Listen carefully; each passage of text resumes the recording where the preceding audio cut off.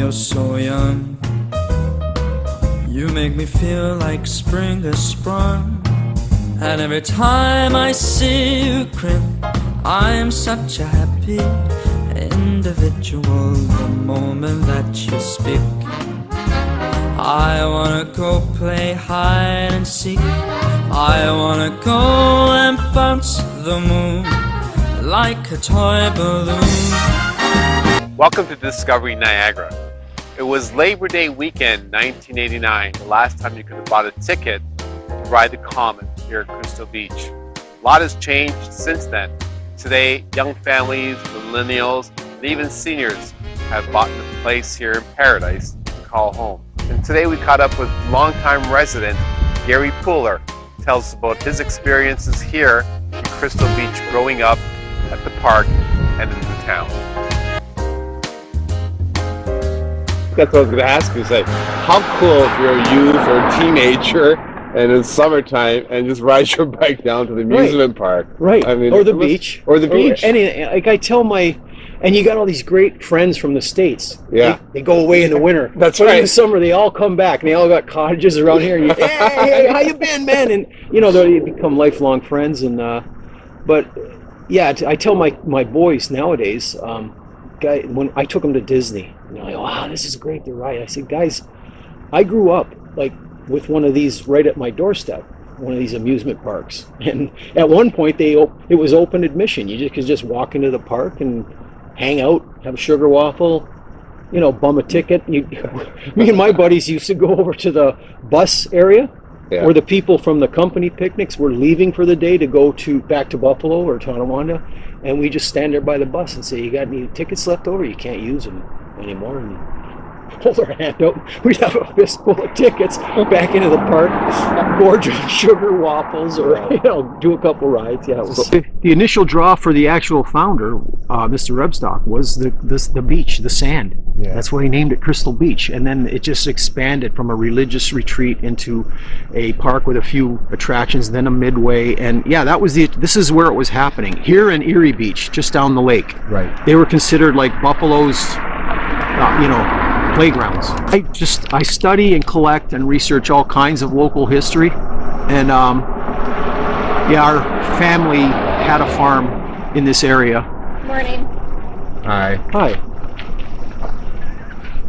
See, we're friendly here in Crystal Beach. Back in 1985, I was one of the food managers at the park. It was my job in the morning to mix up the sugar waffle batter for the day. They kept the recipe pretty secret.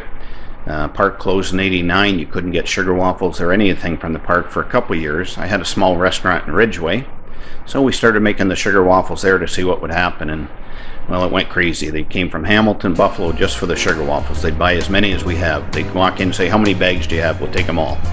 So I thought maybe we're onto something here, and we tried a couple small craft shows in the area. We couldn't keep up at those either. I thought, you know what, this is the way to go. We sold the restaurant, started Crystal Beach Candy Company back in '93 with just the sugar waffles. We kept bugging Bob Hall to sell the sucker equipment and the recipes. It had been in the family too long, didn't want to sell. This went on and on for about 7, 8, 9 years. Called him in 2001 in January. He says, you're pretty persistent, maybe we should meet. Hey Scott, you got any historical stories for us? It was once called the Pines Restaurant, and this is where everybody kind of crawled or staggered to on Sunday mornings for breakfast after the big parties that I was telling you about earlier. This was Pop Mantell's pool hall. Oh, okay. So if you got sick of hanging out at the park or down at the beach, this was on the circuit. Okay, let's go down to the pool hall.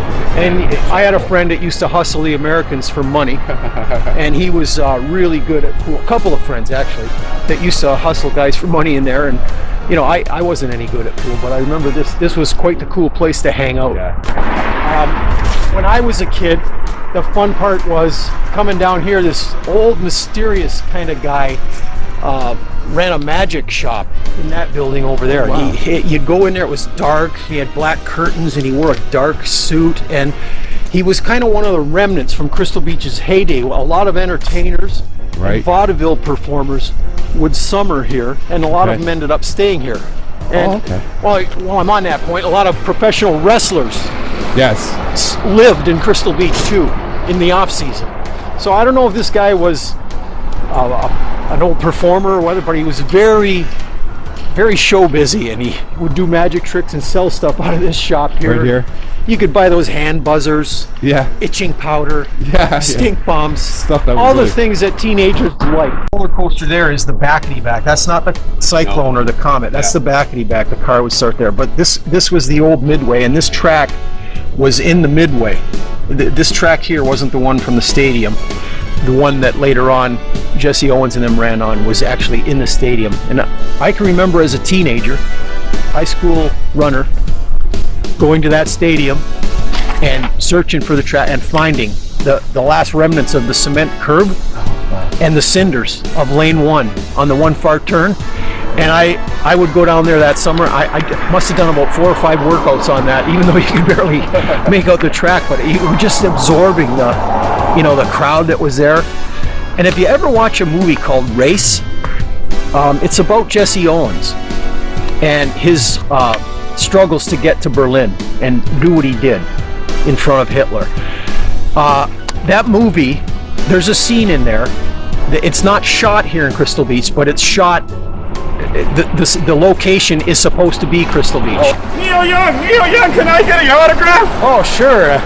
Who should I make it out to, Keith? I mean, and if you look straight down this road, Yeah. that's where the Comet was. Oh, right down there. Straight down on the water. Derby and Erie Road. Derby Road, they used to call it, there's a name for it though. Hot Dog Alley. This was called, Derby Road was called Hot Dog Alley. So this was the Ontario Hotel.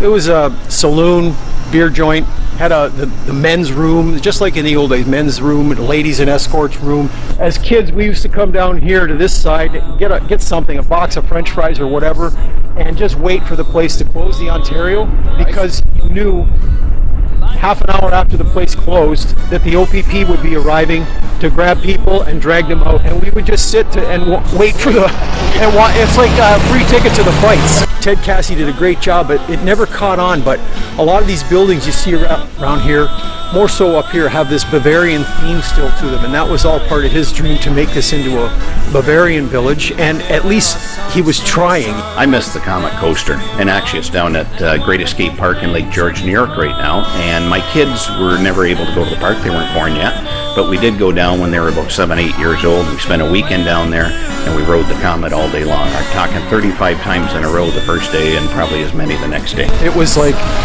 the greatest place to be. Beach, fun, fast food, pool halls, I mean, parties, cottages. You couldn't beat it as far as growing up here as a kid. You make me feel so young, baby. You make me feel so young.